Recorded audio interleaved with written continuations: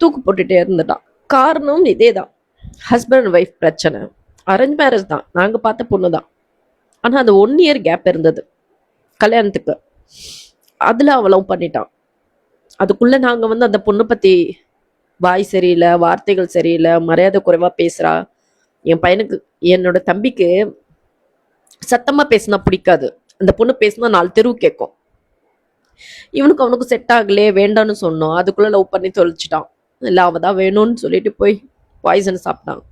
கூட்டிட்டு போயிட்டு அவனை டிஸ்சார்ஜ் பண்ணி ஒரே வார்த்தை சொன்னேன், வேண்டாடா கல்யாணம் வேண்டாம் அப்படின்ட்டு.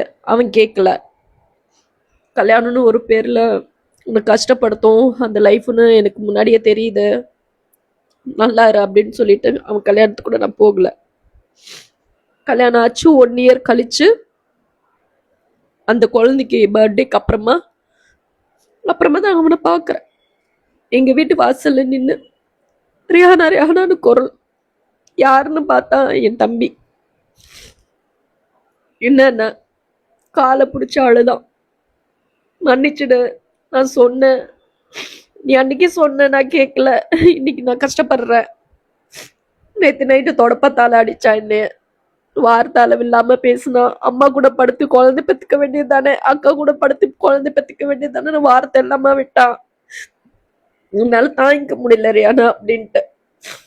சரி, நீ என் கூட ஒரு 6 மந்த் இருந்தான் என் தம்பி. அதுக்கப்புறமா நான் உனக்கு ஒரு வீடு பார்த்து, வாடகைக்கு வீடு பார்த்து அவனை வந்து நல்லபடியா ஒரு வாழ்வாதாரத்துக்கு ஒரு விஷயம், ஒரு ட்ரெஸ்ஸோட தான் கிளம்பி வந்தாங்க, அழுக்கு துணியோட.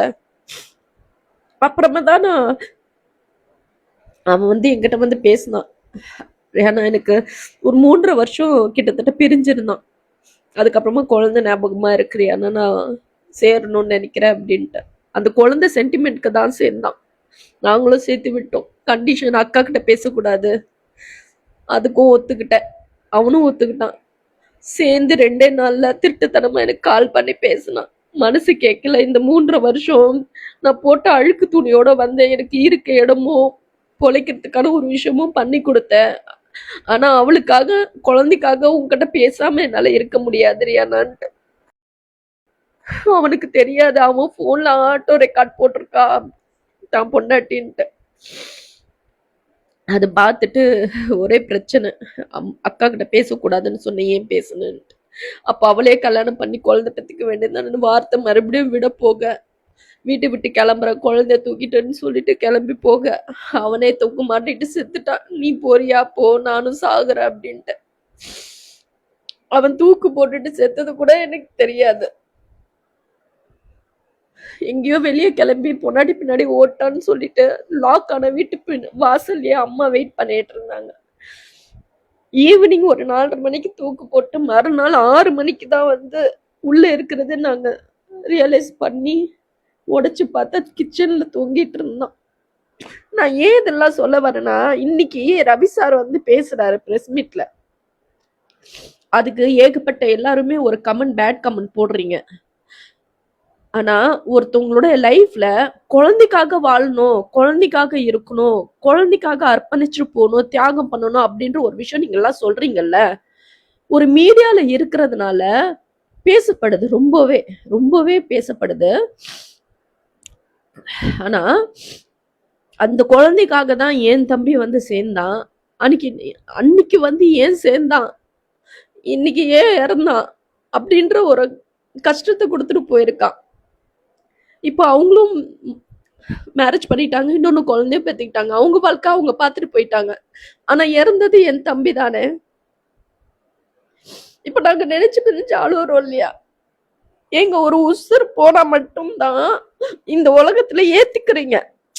சே, அப்படி இருந்திருக்கலாமே, இதுக்கு வந்து பிரிஞ்சு வாழ்ந்திருக்கலாமே, புரிதலோட பிரிஞ்சிருக்கலாமே, அப்படிலாம் வந்து நினைப்பீங்க. ஆனா ஒரு மனுஷன் தான் வந்து தான் வாழணும், பொன்னாட்டி கூட இவ்வளவு ஸ்ட்ரகிளா இருக்கு, கஷ்டமா இருக்கு, அந்த கஷ்டத்தையும் தாண்டி குழந்தை பெற்றுக்கிட்டாங்க, குழந்தைங்களுக்காக வாழணும் அப்படின்ற ஒரு விஷயத்த மூவ் ஆன் பண்ணி முடியாத பட்சத்துல வெளியே வரும்போது அது ஏன் இவ்வளோ அவதூறு, இவ்வளோ நெகட்டிவிட்டி?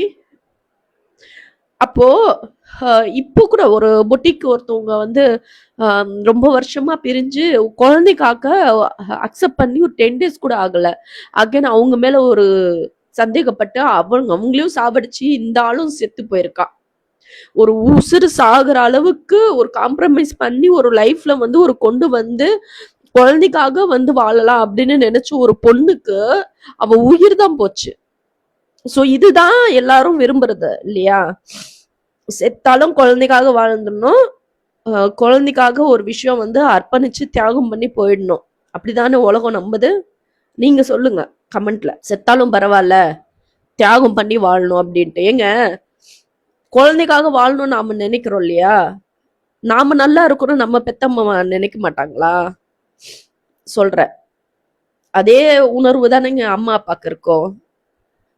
கல்யாணம் பண்ணிட்டு போனா நல்லா இருக்கணும்னு சொல்லி தானேங்க எந்த அம்மா அப்பாவும் நினைப்பாங்க. அந்த இடத்துல அவங்க சந்தோஷமா இல்ல அப்படின்னா அதுல இருந்து வெளியே வந்து அவங்களுக்கு பிடிச்ச லைஃப்ல வாழ்றாங்களோ வாழலையோ, ஆனா அது வெளியே வரணும்னு தானே நினைப்பாங்க. கஷ்டமோ நஷ்டமோ அங்கேயே செத்துப்போ, பணத்தை பார்க்க வரும்னு சொல்லி யாராவது நினைப்போமா?